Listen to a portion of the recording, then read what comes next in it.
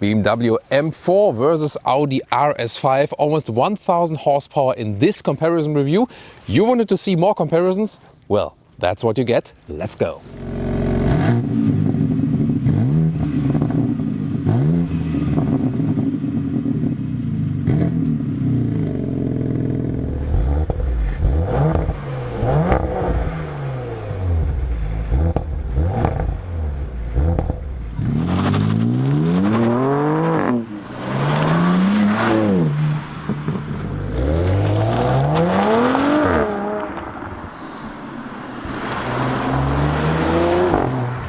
Well, it's not too easy to get out here when we park the cars directly next to each other. But the cool thing about coupes here is you just lower the window, can get out like this in narrow parking lots, and then usually have this comfort close function. So you hold the close key and then the window goes up. Yeah, and then you're in and out in an easy way without damaging the other precious vehicle. Please subscribe to us if you haven't done so far and leave us a thumbs up if you like this video. Here, right or left, the BMW, yeah, clearly Thomas blue color for me. I'm also wearing the blue jacket, but it doesn't mean that I'm biased towards the BMW. Let's see how that one turns out. Double kidney, huge vertical and horizontal, really big dimension. But if you compare the Audi, I mean, this is also a big front grille. So yeah, meanwhile we know that this is a very large one. Headlamps start with LED with both vehicles. However, here optional the laser light at the BMW, but this is not the laser light. This is the base LED for the M4, and there you see the daytime running light is also not that accentuated. It would look, a little bit more accentuated than with the optional lighting. And carbon fiber package we have here today for the M4. Whereas with the Audi RS5 we have a little bit more angular Audi design look. Matrix LED is standard here, and optional there is the laser light in this vehicle here today, and also with the carbon fiber package. Huge front grille as well, black accentuations, high gloss black, and this Ur Quattro quotes from the first Quattro vehicle by Audi, this design, but it's it's closed here in this case. Well, what do you think? What would be your first design pick when looking at this front? Really looking forward to your feedback. What an exciting episode. I mean, Autogefuehl means car feeling, and surely these cars do fit to our main channel slogan.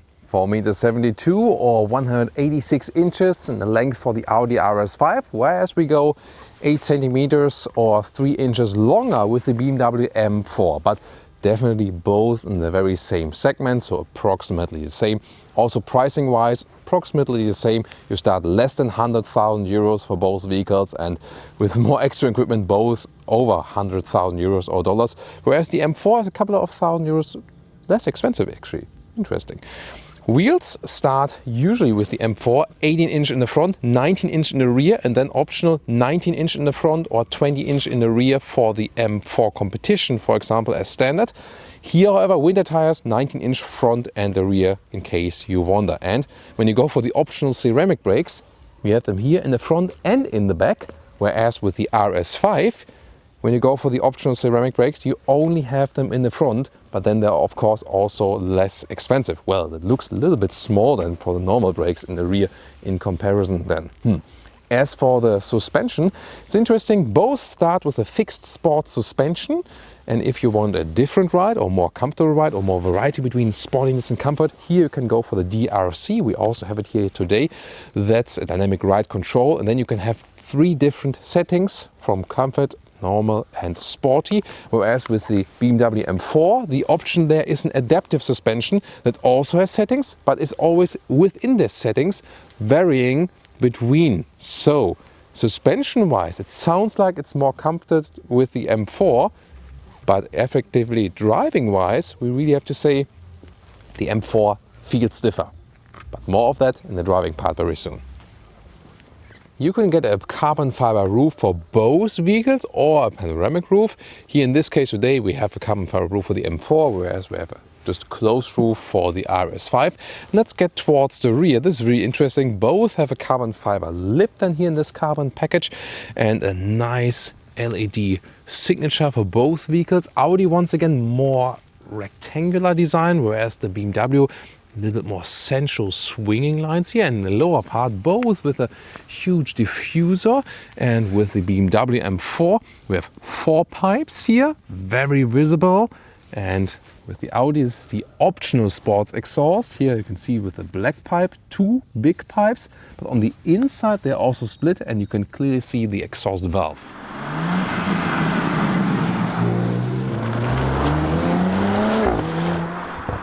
V6 versus inline 6, this is the question for the day. So 3-liter inline 6-cylinder with the BMW M4, 480 horsepower, usually 510 horsepower today with the competition package.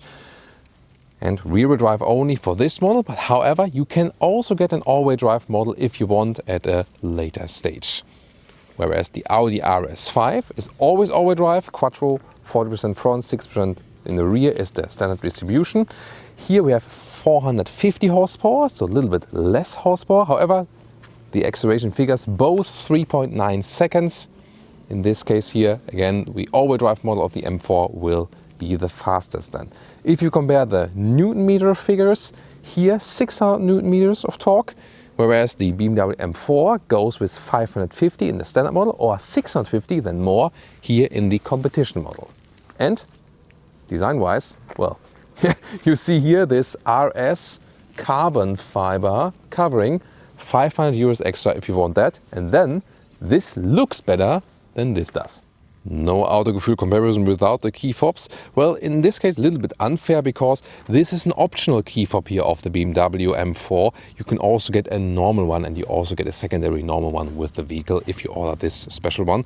The Audi here quite slim and light, but both from high quality. And door closing sounds here with the Audi today. And then with the M4. I would say the Audi sound a little bit better, or what do you think? Let's start the interior with the BMW M4. You can see here the M steering wheel with the contrast stitches on the inside, carbon fiber use, shifting pedals here also with the carbon fiber cover, 12.3-inch digital instruments as standard, and you cannot configure that much on them.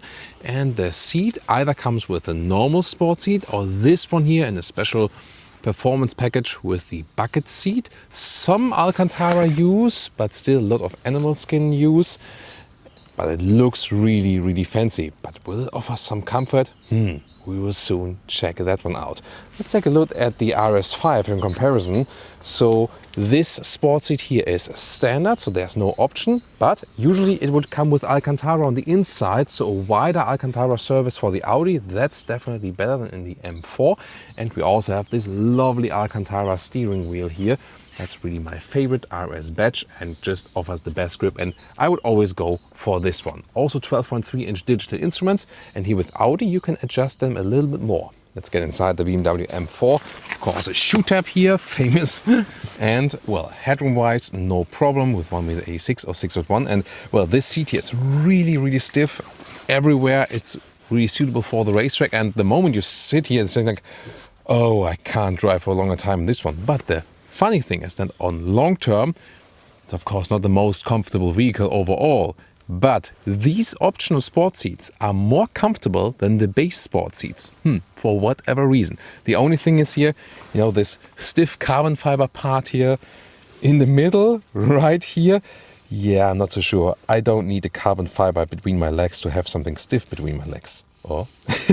So, and then steering wheel up and down, in and out, smooth process. However, the form is to me not that pleasing than with the Audi RS5. This M steering wheel form is a little bit thick here in the upper areas. Interesting that we have these configurable M buttons here, left and right side, so you can adjust them M1 or M2 and have really sporty settings on them then. And digital instruments, once again, they're actually quite good to read. You have also an optional head-up display. Middle part here, 10-inch central screen. Latest voice input, that's better with the BMW. The map is really responsive, like that. And Apple CarPlay and Android Auto is wireless only. And you can also have the M menu here with all the settings. Configure your M1 and M2 settings and engine, transmission, chassis, steering, brake, DSC. Really individualizable, this vehicle. Climate unit, gladly still with a manual control right here, like that. Carbon fiber used for the middle area here, middle console, and then it's an inductive charging pad.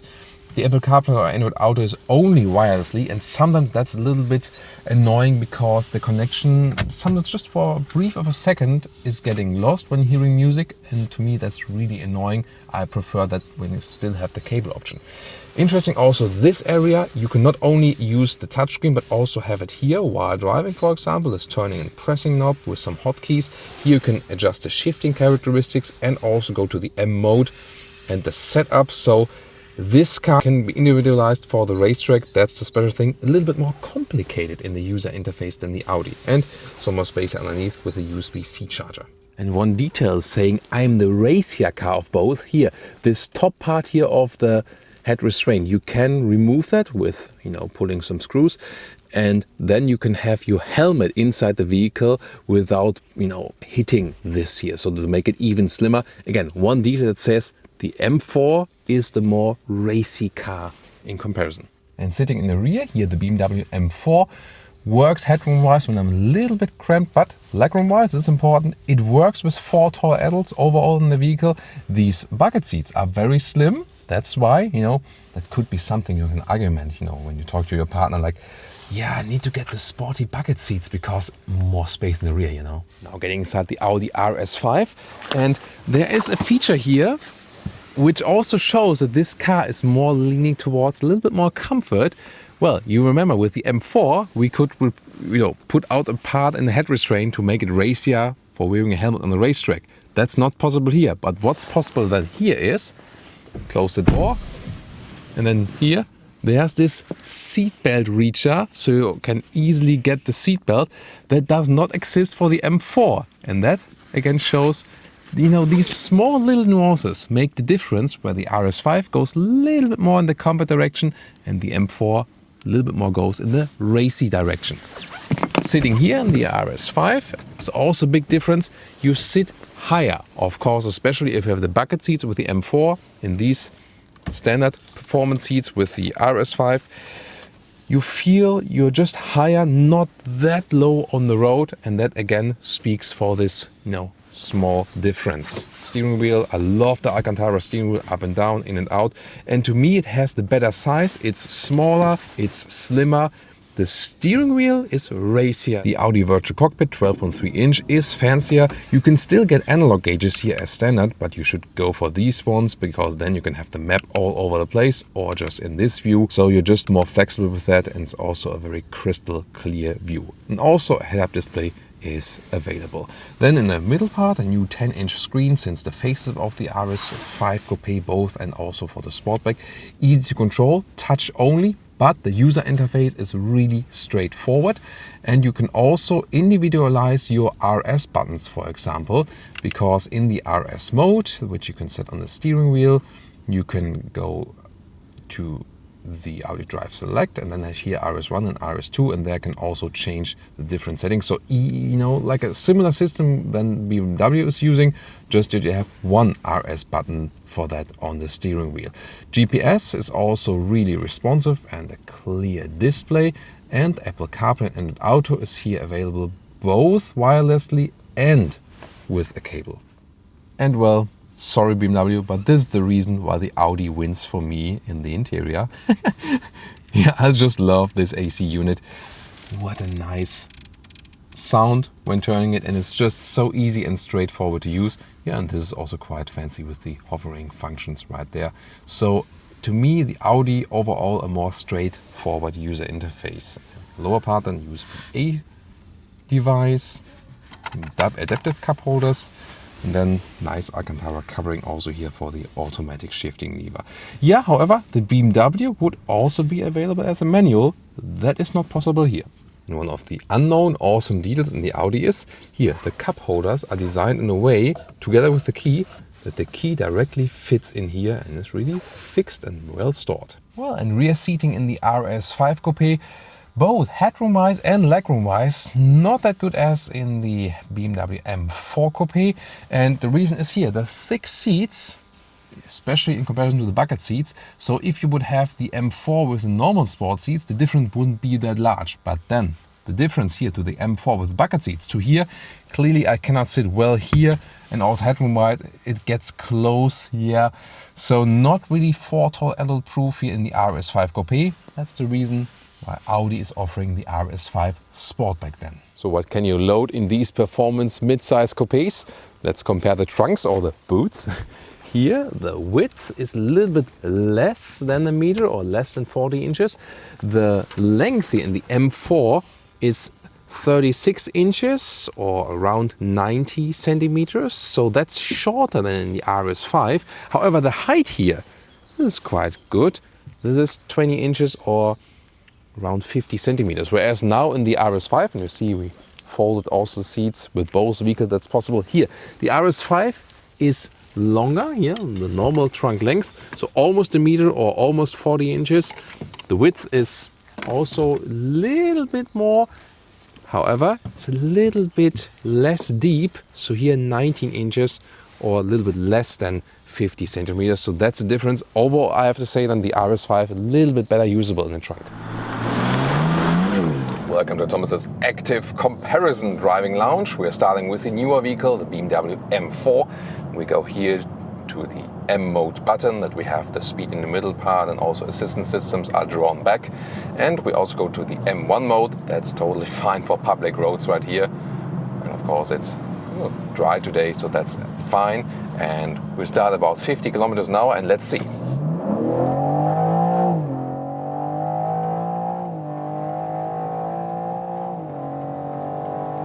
That's 180 kilometers an hour. Whoa, whoa, whoa, whoa, whoa, whoa, whoa. Impressive. So, of course, we do have the rear-wheel drive version here. As I said today, that does feel different than the all-wheel drive acceleration. If we at some point have the all-wheel drive model of the M4, then it's even a little bit faster and will be the fastest overall then. But of course, I mean, it just feels more extreme than the RS5 does. And even if we are at speed here, like 140 kilometers an hour, and I floor it down,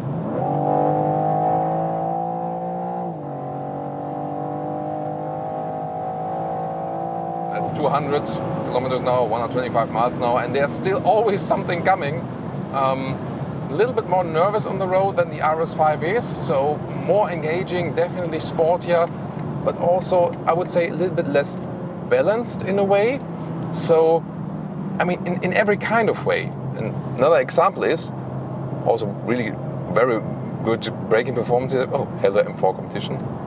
Somehow I triggered the voice control here. So another example is here, when I go to the M2 mode, for example, the car automatically switches in the manual shifting mode, and it stays that way. And only if I deactivate it here, then it goes to the automatic shifting mode. And that also again tells you something about the philosophy of this vehicle.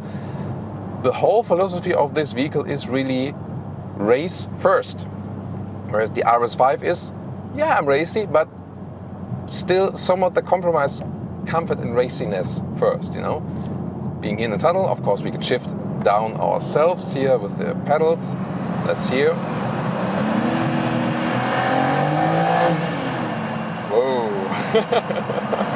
Yeah, definitely. Sound-wise, engine responsiveness-wise, I mean, we have a little bit more in the Newton meters here as well with the M4 in comparison to the RS5. How the setup is being done, so the things you can change around, and what's the basic setup for this vehicle. Also suspension-wise, this is definitely stiffer than the RS5 is. So although we have 19-inch wheels here today for this one, for the M4, and 20-inch for the RS5, this one here is stiffer because the suspension is just stiffer. Would it still be, usable everyday as an everyday driver, number one vehicle? Yeah, somewhat, because we have the adaptive suspension here, so that's somewhat okay. Steering is extremely direct, however, not as progressive as with the RS5. So here in the low degree angles, that one is a little bit more loose and not that responsive as with the RS5. To me, the RS5 has the better steering feeling.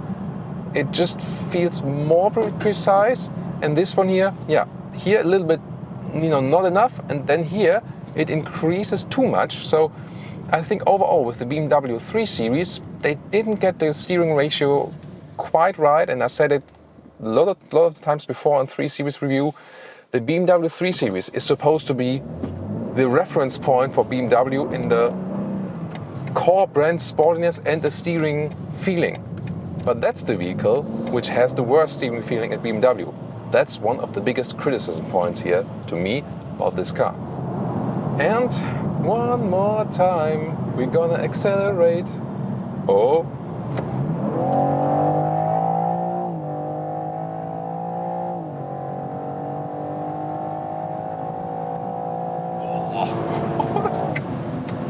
Oh.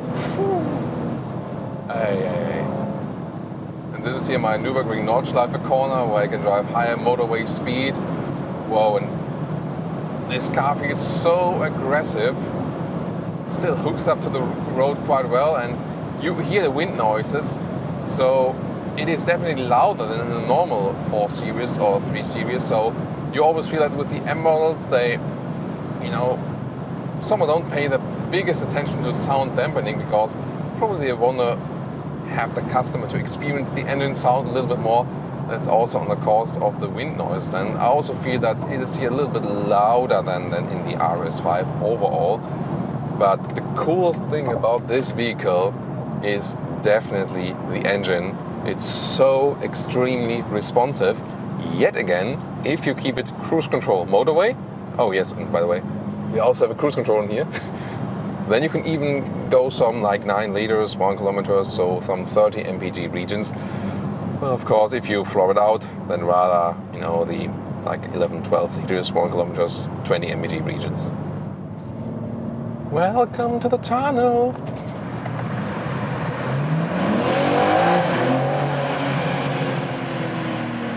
Well, once again, why not? And now we're going up Autogefuehl's peak, see about the driving agility of this thing. See here, steering, we have to turn it quite a lot, but whoa. I can't believe how responsive this inline 6-cylinder is. It's just amazing. No turbo lag at all. This is, whoa. It's really so, I mean, it's smooth, but so responsive at the same time. Now the rear-wheel drive only helps me spinning the car a little bit around, getting just a little bit loose at the rear end without losing control. Once again, the steering is too loose, however. In the low degree areas here, yeah, that could have been definitely made better. But wow, what a fun machine. This is pure awesomeness going up the hill here. Yeah, the road is a little bit wet. That again increases the slippery actions. Shifting back ourselves. What a joy. And of course a big test here, and there the rear-wheel drive of the M4 will have an advantage when we go here into this hairpin corner. Just keep it in second gear. Yeah, definitely. This is of course really cool, getting out of the corner very well. And this is of course always where the rear-wheel drive has an advantage. So that's definitely better as for this respect. There will, of course, as I said, also be the all-wheel drive version. It will still be rear-wheel biased, so, and you can also decouple it and go rear-wheel drive only again, predominantly for the track. So this will also be possible, but whew, that was fun.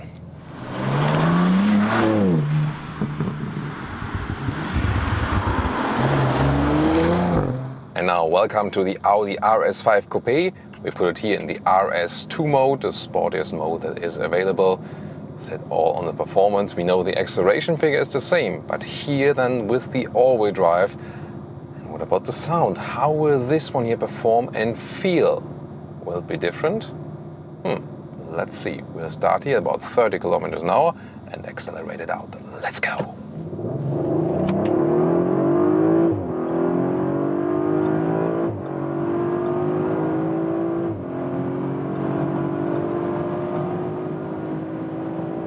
That's 200, whoa, 200 kilometers an hour, 125 miles an hour. And once again, great acceleration, more, you know, well distributed, of course, with the all-wheel drive, and here lane change. And I mean, the suspension is also quite stiff, but I still feel more comfort, although we have bigger wheels here, 20-inch wheels.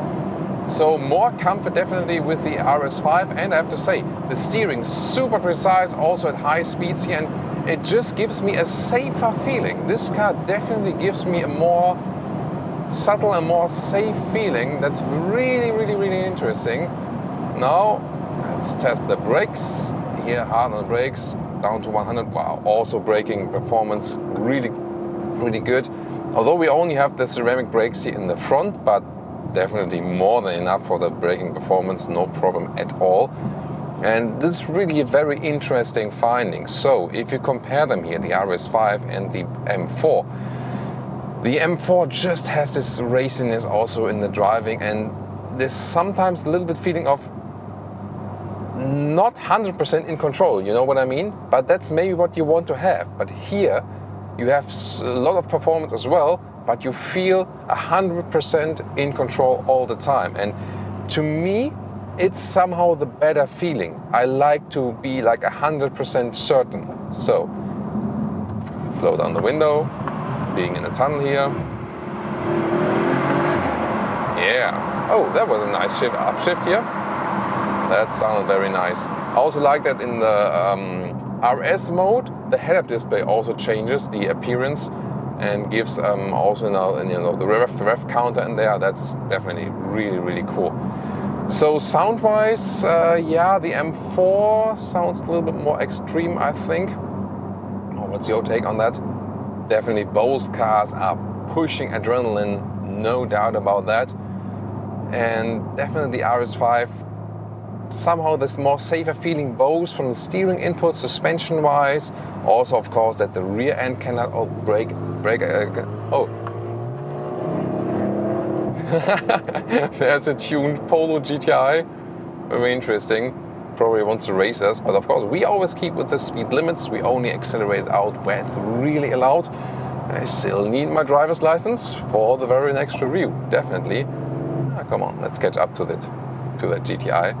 So yeah, during our shooting today, we also met some of the Autogefuehl fans and asked us when the episode is coming alive, when it's airing. So it's always nice to see you guys out there. Yeah, sometimes just coincidence when you meet us when we film somewhere, usually somewhere over the world. Of course, recently only in Germany, but always great to meet some of you out there. Such a joy. Awesome, really, really awesome. And once again, this really controlled feeling is what I love about this vehicle. It is a flawless performance car. It's not the most extreme, not the most extraordinary one, but it is a flawless driving experience, a flawless sporty driving experience. That's how is, you know, you're characterizing the RS5.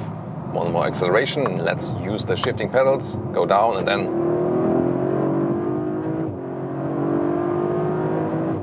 in the ref limiter. And this long turn here, my Nürburgring Nordschleife corner, 200 kilometers an hour, 125 miles per hour. And here again, the car just feels more balanced than the M4 on the road. Really interesting. So at the end of the day, I would probably dare more in this vehicle than I would in the M4. And yeah, and really for you, that can speak for or against one or another, but definitely a very interesting finding that although a lot of the facts and figures are so equal with these two vehicles, in the driving feeling, you definitely get the, you know, these maybe little, but definitely defining differences. Every red traffic light is in this case then here a reward, because that's when you come to a full stop and can accelerate it out again. Another tunnel.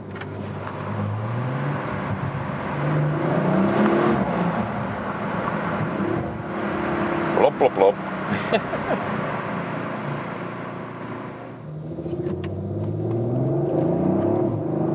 Yay, and our agile driving up the hill. Here with the RS5 and whoa, awesome. I mean, the performance is definitely there. Yes, the M4 does have a more loose rear axle in that rear-wheel drive version. And if you put the M2 mode there, you can get really loose with the rear axle. Not unlike here where we have the all-wheel drive. Yes, we have rear-wheel bias, but still there's always power on the front wheels. So this is then the main difference. However, I really think that the interface here between human steering wheel, so human car and the road, is better here with the RS5 because the steering wheel is smaller, somehow cooler, Alcantara surface all the way around, and I mean it has the right size and also the better steering ratio. I think it just feels more precise and gives me a better balanced handling feeling for this vehicle here. Oh, let's catch up to this Jaguar F-Type right there. Wow. I mean, awesome performance from the engine. Oh, now silent and slow for that doggy. Always respect, of course. So then we can go again. I mean, yeah, it's such a well-balanced feeling here with that vehicle. That is really awesome. That's what I love about the RS5. Once again, if you like it more extreme, if you like it more loose, then you will be happier with the M4. But if you like it very well balanced and at the same time super sporty, then the RS5 is for you. And yeah, just again, steering feeling and the whole, the whole user interface, I have to say, starting from the interior and also then from the driving interface, is, let's say, easier here with the RS5.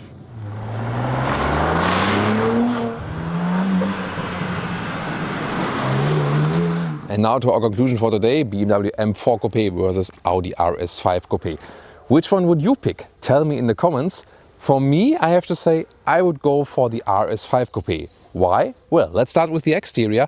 The M4 is more this screaming out racy car, definitely with this new front grille. It's not that the RS5 wouldn't look aggressive in a way, but the M4 with some elements here and there, both exterior and also on the interior, always says, I'm the more racier vehicle. Also that you can demount a part of the head restraints for the helmet wearing and so on. And when you go into this M shifting mode, that stays in the manual gears directly and so on. So small details that say more, yeah, I'm more suitable for the racetrack. You can take the RS5 Coupé on the racetrack anytime, yes, no problem. But still, the RS5 Coupé is more when you enjoy a little bit more comfort while driving sporty in your everyday driving life experience. And the M4 is more when you say, yeah, maybe sometimes I do think about visiting the racetrack. So at the end of the day, it's a question of a little bit racier or a little bit more comfortable.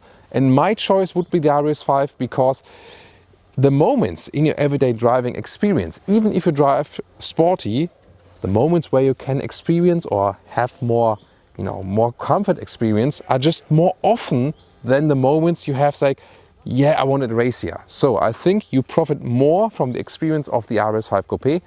Of course, for acceleration, for example, they come quite close, and in other elements they also come quite close, for example, of the space that is being offered.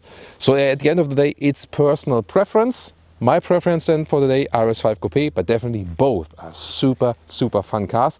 And I hope you enjoyed this episode for today. Really looking forward now to your choice.